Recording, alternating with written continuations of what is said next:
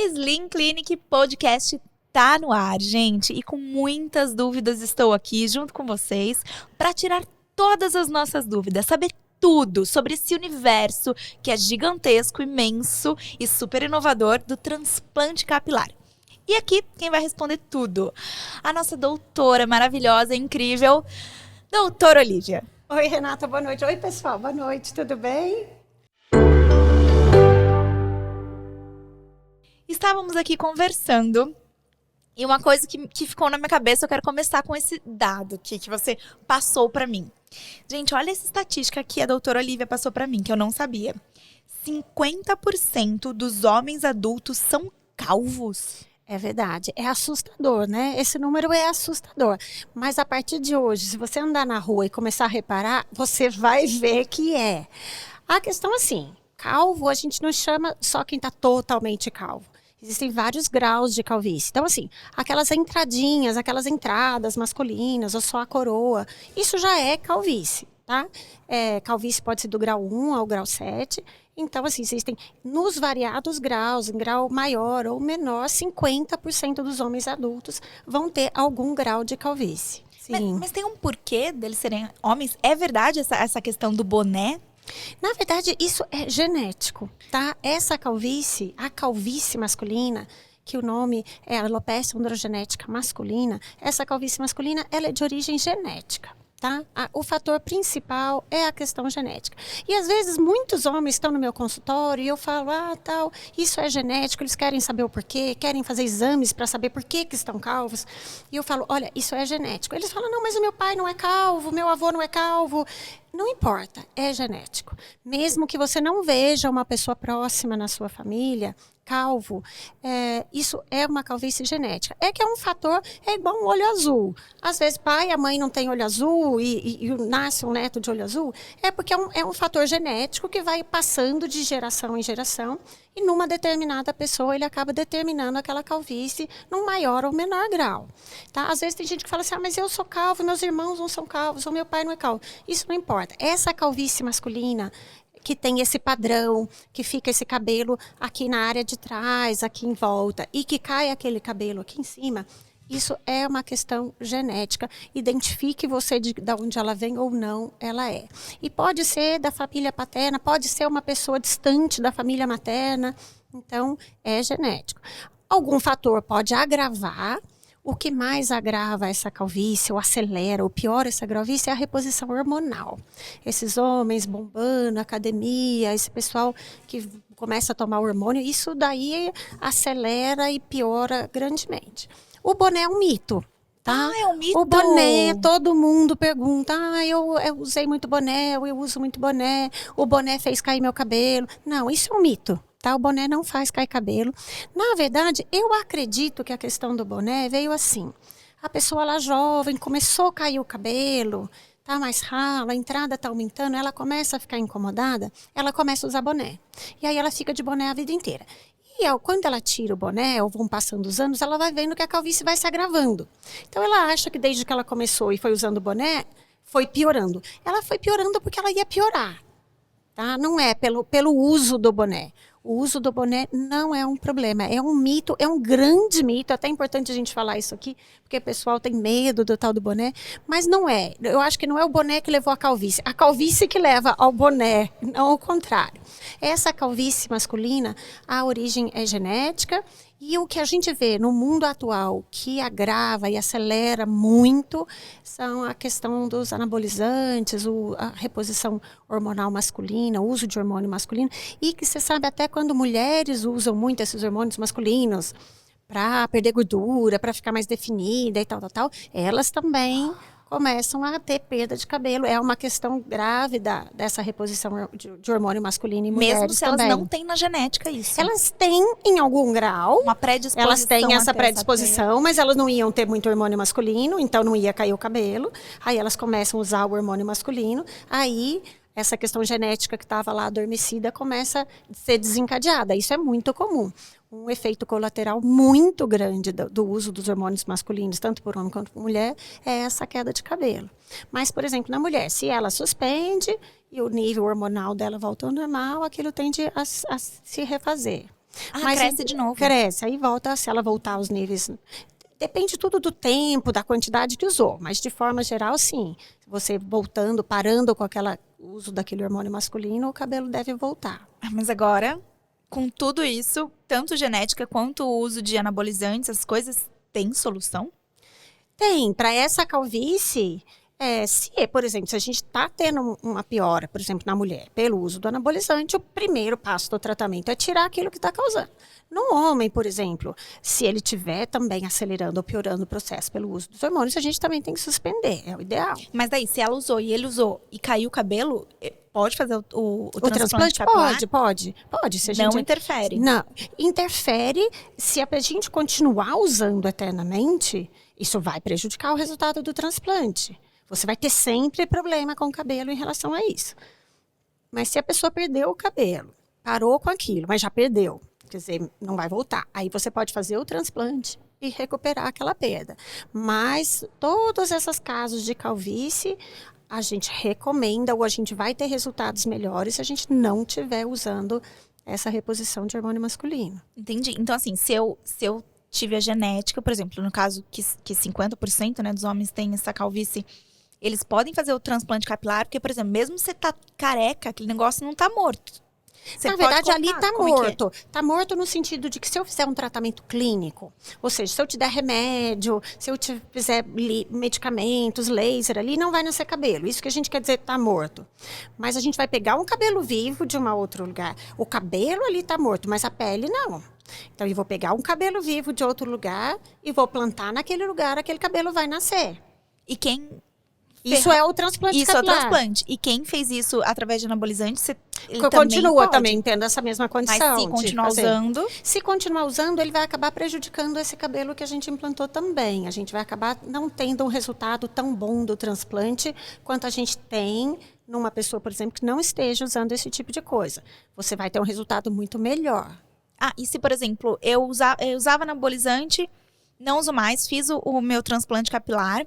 Daí eu achei que ficou lindo e voltei a usar. Essa volta pode perder o que eu transplantei? Vai ter uma piora, vai ter uma piora.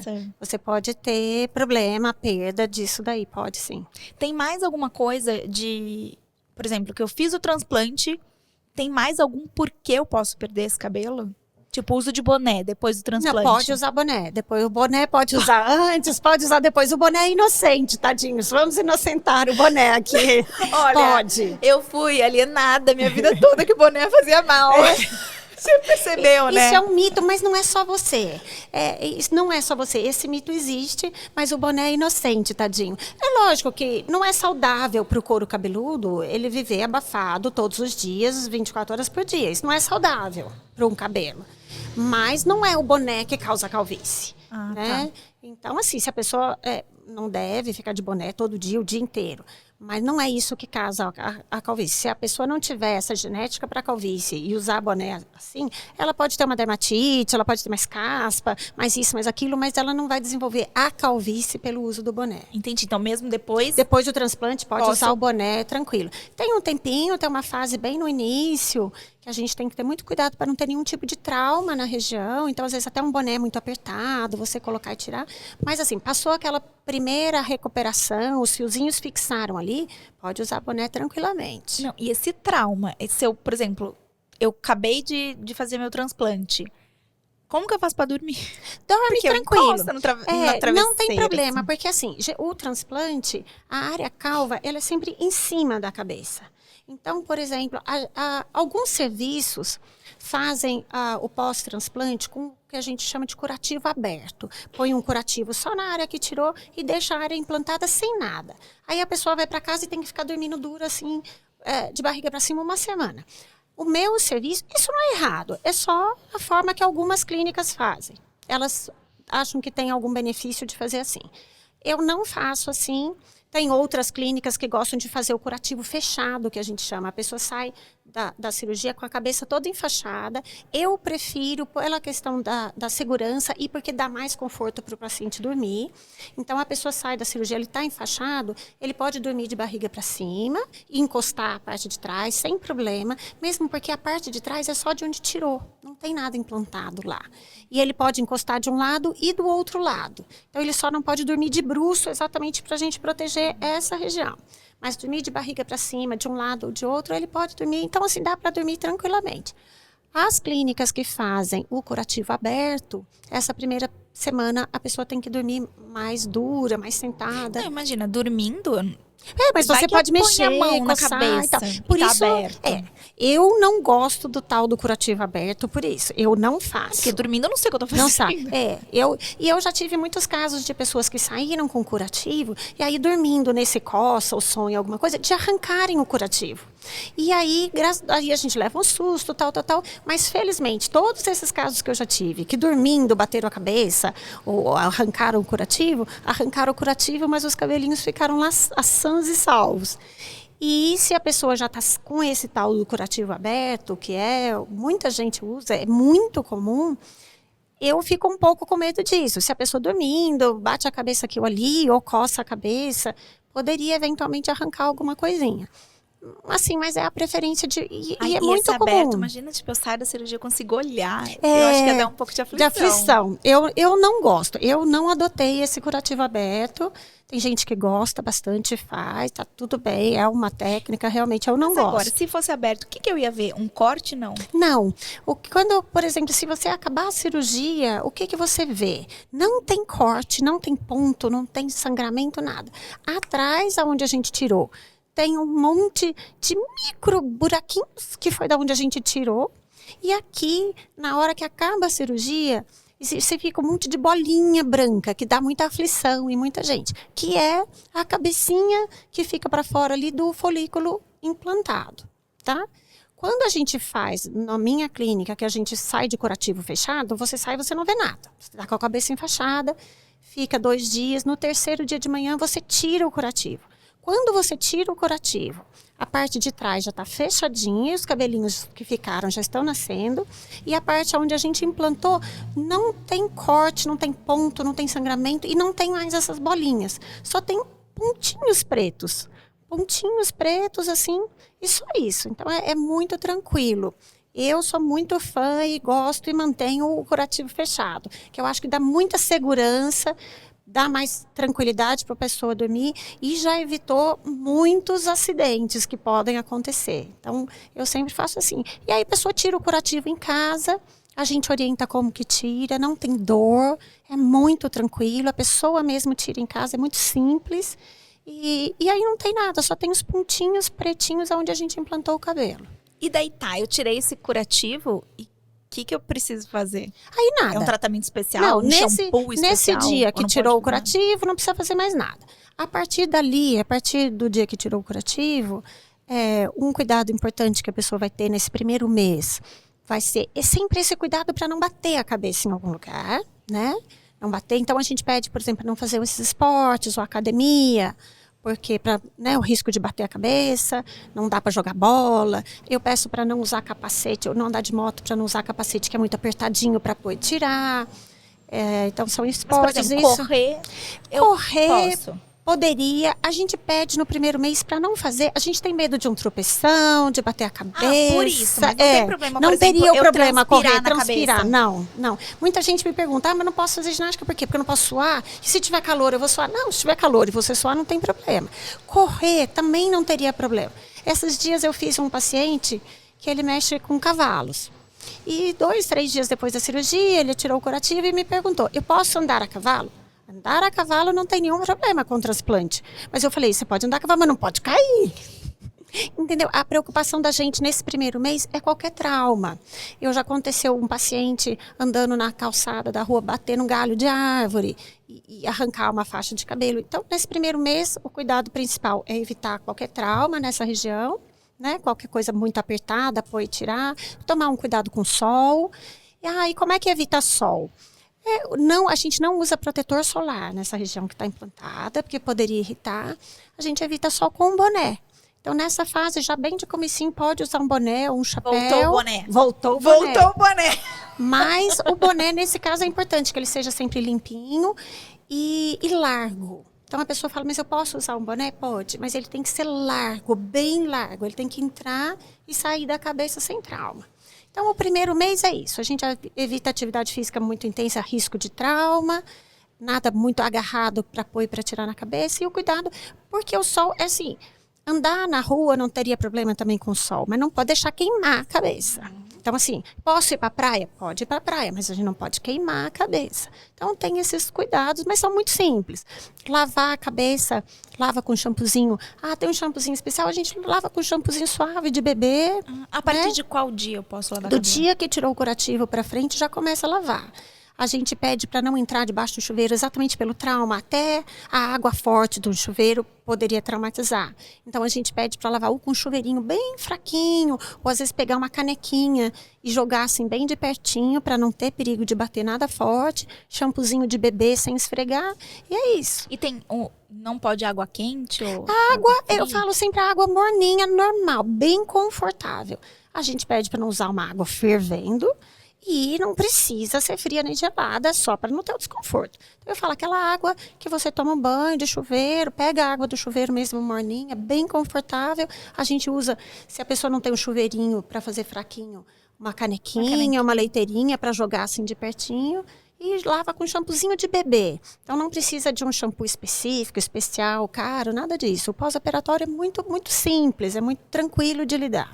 Entendi. E, por exemplo, se é uma mulher ou um homem, enfim, que trabalha e faz maquiagem nesse lugar aqui, vai ter que tomar cuidado para não fazer Pode ou começar. não tem problema? Não, dá para começar maquiagem, usar creme no rosto, protetor solar, maquiagem já dá para usar Não tem tranquilamente. problema. Não, Ah, não. tá. Então, assim, por exemplo, o boné, ok, bem Dá para usar bem largo. larguinho, mas assim, gorro, então, nesse caso, nem pensar. Gorro não. Gorro, capacete de moto, coisas grudadas, que põe muito justo e que para tirar, força alguma coisa, a gente não usa nos primeiros 30 dias. Você falou do shampoo e condicionador. Não precisa, né? Porque condicionador, a gente, mulher que usa com esses cabelos compridos para ficar macio na ponta. Ali com um cabelinho de Nem precisa. meio centímetro, não precisa. Mas se for A gente uma lava mulher só com que shampoo. fez, Se for mulher que evita. fez. Não, naquele cabelo que a gente deixou comprido, ela pode passar o condicionador aqui nas pontas para desembaraçar sem problema. A gente não põe aí o condicionador onde tiver o implantado. Ah, eu vou voltar só um pouquinho na questão da água, que assim como o boné, eu sempre ouvi a questão da água quente. Por exemplo, o meu namorado, né, que está ali, ele toma banho com água fervendo. Se ele fizesse o transplante... Ele não tem a tendência à calvície, ó. Né? Tá lá com os Que bom. cabelos lá. Mas se ele fizesse esse transplante, seria melhor deixar essa água mais pro morno? Na verdade, a água muito quente, a gente pede para evitar, para lavar a cabeça, não é pela questão da calvície, não. Existem alguns problemas como dermatite, a dermatite seborreica, algumas outras questões do couro cabeludo, que elas podem piorar um pouco, principalmente a dermatite seborreica com água muito quente. Então, não é o ideal. Mas muita gente, como tem muito essa questão, não pode lavar água quente, o pessoal acha que tem que lavar a cabeça com água fria ou gelada. Eu, por exemplo, eu não dou conta de tomar um banho com água gelada. Então, assim, uma água morninha é muito tranquilo. Ah, tá. A água muito quente não é boa para o cabelo mesmo, mas não geraria a calvície. Mas eu não estragaria o meu transplante. Não estragaria o transplante. No máximo, se ele tiver tendência, vai piorar um pouco a dermatite seborreica, mas aí ele vai no dermatologista, o dermatologista vai orientar e consegue controlar. Ah, entendi. E agora sim, tem diferença desse pós para homem ou para mulher ou não? Não, é a mesma coisa. É a mesma coisa. A mulher fica um pouco mais chatinho porque ela tem uma parte de cabelo comprido e esse cabelo comprido fica mais emaranhado. Ela não pode pentear, desembaraçar, fazer um penteado ou fica um secador aqui na parte que a gente implantou. Então ela fica um meizinho ali mais descabelada. O que para homem, que o cabelo é muito curtinho, é mais fácil de passar. Então para a mulher fica nos primeiros dias, mas assim, né, o aspecto para ela arrumar o cabelo fica um pouquinho mais difícil. Mas eu posso pentear? Pentear não aqui em cima, onde a gente implantou. Aí ela penteia daqui assim para baixo, né? Desembaraça, passa condicionador aqui para baixo. Aí às vezes aqui em cima fica um pouquinho mais bagunçado.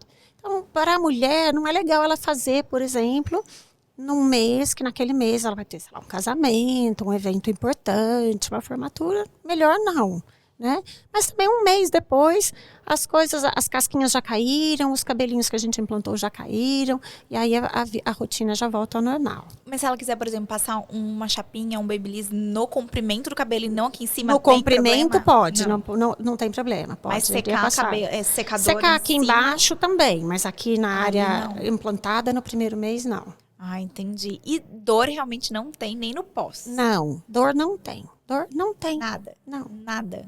Gente, a galera deve se arrepender, né? De tão nervosa que fica. Não, fica. E aí o E pessoal... daí não sente nada, você fala, meu Deus, por que eu fiquei tão nervosa? Mulher enfrenta a dor mais tranquilo, né? Mulher, se falar, não, vou ficar bonita, ela não quer saber se dói. Mas homem, não. Eles perguntam, dói? Porque se doer, eles não fazem. E aí, eles vêm com muito medo, por mais que a gente fala que não vai doer, eles vêm com muito medo. Mas o problema é tão grande que eles enfrentam aquele medo. E aí, quando passa o pós... Primeiro dia, 2, 3, uma semana, e eles falam, doutora, não tá doendo. Eles falam, nossa, mas se eu soubesse, eu devia ter feito isso há muito tempo. Tem tanto tempo que eu tô sofrendo com isso. E não, se eu soubesse que era assim, eu já tinha feito 10 anos atrás. Eu não tava há 10 anos sofrendo com a falta do cabelo. É verdade. Mas realmente, eles, por mais que a gente explique que não dói, eles se surpreendem com isso. Eu te perguntei muito das questões externas, né, no pós-transplante capilar. Agora eu queria saber das questões internas, por exemplo. Se eu, algum uso de algum medicamento que eu não possa fazer, ou algum uso do anabolizante, você já falou que não pode, mas tipo algum sei lá, um anticoncepcional. Todo o resto da vida, por exemplo, as pessoas que usam anticoncepcional, remédio para pressão, remédio para tireoide, remédio de diabetes, toda a rotina dela que ela tinha antes, ela mantém durante todo o tratamento, até no dia da cirurgia. A gente não tem que suspender nada. Então, mantém, volta tudo, não tem nenhum medicamento que complica. A única coisa que a gente tem de usar para os transplantes é o anabolizante. Mas não tem problema, nenhum medicamento, não tem restrição alimentar. Eu ia perguntar Muita isso. gente me pergunta, o que eu não posso comer? O que eu vou ter que ficar uns dias sem comer? Posso comer carne de porco? A alimentação, eu falo, o que você está acostumado a comer, pode comer, não tem nenhuma restrição alimentar, nenhuma. Nem depois da cirurgia. Nem depois da cirurgia, nem nos dias da cirurgia, nada, não tem restrição alimentar. E nem antes. Nem antes. A única coisa que a gente suspende é álcool na noite anterior à cirurgia e a primeira semana após cirurgia por causa de medicamentos, né? A noite anterior, porque no dia da cirurgia vai usar anestésicos, então a gente não mistura com bebida alcoólica. E durante a primeira semana do pós-operatório, a gente vai estar usando antibiótico. Então, uma semana fica sem a cervejinha. Uma semana depois, o churrasco de comemoração dos novos cabelos já pode contar com a cervejinha, a caipirinha, tá tudo liberado. Agora aqui, no começo do podcast, a gente falou, né, que a maioria da questão dos homens é genética, pode ser da mulher também. A questão do uso de anabolizante também pode ter... Desencadear ou agravar a calvície. Agora tem uma outra coisa que eu queria perguntar. Tem aquela doença das pessoas, eu inclusive tive uma amiga na época da escola, que ela arrancava os próprios cabelos e ela ficou no meio uma falha. Ela pode fazer transplante, porque não nasce mais de jeito nenhum. Não, porque às vezes a pessoa, essa doença que chama tricotilomania, às vezes a pessoa arranca tanto o cabelo numa determinada região, que aquele cabelo morre mesmo, aquela falha fica definitiva. Mas aquele cabelo não vai nascer mais naquela região, mas se ela fizer o transplante, plantar o cabelinho naquela região, o cabelo vai voltar a nascer, normalmente. É muito importante só que ela não volte a arrancar, né? Aí ela tem que fazer um tratamento para ansiedade, com psicólogo, com psiquiatra. Aí ela tem que avaliar essas questões emocionais que geram essa ansiedade, esse tique de arrancar o cabelo, para que ela não volte a arrancar, né? Ou às vezes não arranca em outra região e tudo mais. Mas, assim, naquela área que ficou falha, pode fazer o transplante e ele vai responder super bem. Então ela matou ali... O cabelo que nascia ali. Mas eu pego outro cabelo e ponho ali, aquela área vai pegar o cabelo. Então, até nesses casos tem solução. Tem solução. Olha que legal. E daí, por exemplo, se ela... Você disse que é uma questão emocional. Essa da tricotilomania E daí, quando ela faz, ou antes operatório, pós-operatório, se ela estiver tomando algum remédio para essa ansiedade... Essa ansiedade pode tomar, não é problema. Não é problema. Não. Porque a gente tem muita gente que, por exemplo, que vem fazer o transplante, independente de ter essa questão ou não, homens, por exemplo, calvos que vão fazer, que tomam medicamentos para ansiedade ou para dormir, né? Tem estresse, tem depressão. E esse tipo de medicamento todo que a pessoa usa para a vida dela não tem problema com o transplante. Ela pode vir tomando, fazer o transplante e seguir tomando depois, não tem problema. Teria alguma doença que a pessoa teve na cabeça que ela não pode fazer esse transplante? Por exemplo, tem a área doadora, mas em algum lugar da cabeça, e daí você acha que... Existe uma doença que chama alopecia areata, que é um tipo de calvície e que não é dessa origem da androgenética que a gente fala. A pessoa perde o cabelo, às vezes tem uma alopecia areata que chama universal, que ela perde todo o cabelo ou perde parte do cabelo. Essa doença não responde bem ao transplante. Então, o médico que trabalha com isso, o dermatologista, o tricologista, que é o especialista em cabelo, né? Ou o médico que faz o transplante capilar, ele tem que avaliar e diferenciar que aquele tipo de calvície não é a areata, e sim a androgenética. Que a androgenética vai resolver super bem com o transplante. A areata não. Não, a alopecia areata ela tem que ser tratada com medicamentos, outro tipo de medicamento. Se a pessoa for uma alopecia areata, você fizer um transplante de outra área, puser cabelo lá, ele vai voltar a cair. Então, para a alopecia areata, o transplante não funciona. Entendi. E para quem sofreu algum acidente? E aí a gente tem que avaliar. Por exemplo, ali, eu tive uma paciente que ela tinha tido, mulher, imagina a gravidade do caso, mulher, criança, ela tinha tido uma queimadura, aquela questão de coisas do fogão que caiu em cima da cabeça dela, então ela teve uma queimadura grave e perdeu todo o cabelo da parte de cima da cabeça e cresceu assim. E imagina o tamanho do trauma que era na vida toda dela, ela tinha os cabelos aqui de lado, ela jogava por cima e tal. E ela veio pra gente agora já madura, uma mulher adulta, vó já, e querendo resolver aquela questão. E a gente tirou o cabelo da área aqui que ela tinha, plantou em cima e ela tá feliz da vida e com o cabelo. Legal. Então assim, fica uma cicatriz naquela região. Dependendo da cicatriz, ela pode responder melhor ou pior. Mas de forma geral, a gente consegue melhorar, consegue implantar, consegue resultado mesmo em cima de cicatriz. Né? Tem que avaliar.